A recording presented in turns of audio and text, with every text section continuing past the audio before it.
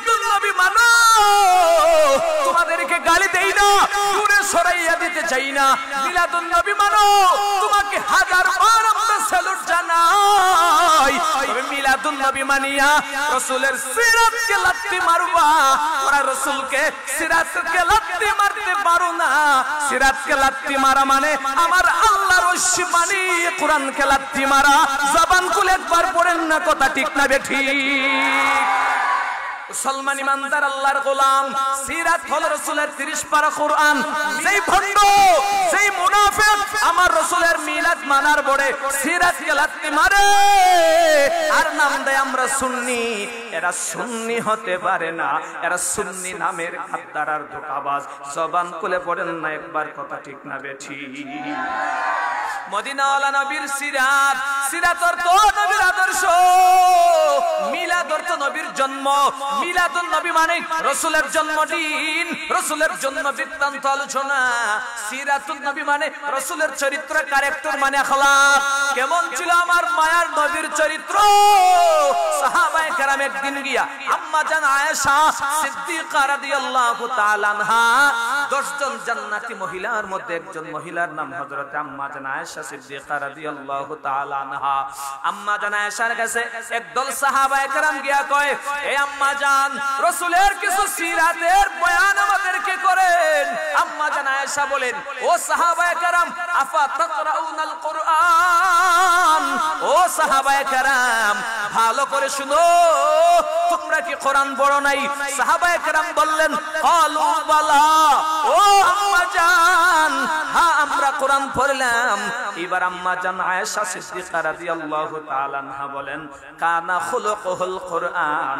ও কোম্পানিগঞ্জের মুসলমানেরা, জবান কোলে একবার পড়েন, একবার সুবহানাল্লাহ পড়ার জন্য রেডি হয়ে থাকেন।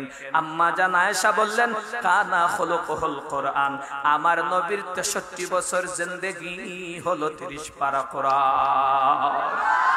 নাস্তিকতা নিপাত, ইসলাম জিন্দাবাদ, কোটি প্রাণে রেখি আওয়াজ।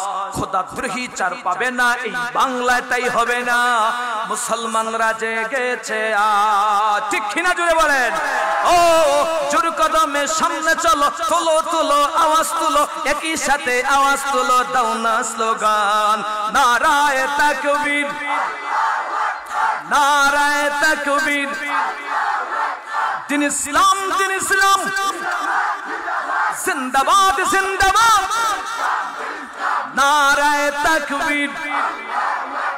দিন ইসলাম, দিন ইসলাম জিন্দাবাদ, জিন্দাবাদ। ইসলামেরই জন্য দেশের হয়েছে জন্ম, ইসলামের বিরুদ্ধে যা গেলে দেশ হবে ভিন্ন। ঠিক না জুড়ে কোন মুসলমান? ইসলামেরই জন্য দেশের হয়েছে জন্ম, ইসলামের বিরুদ্ধে গেলে দেশ হবে ভিন্ন।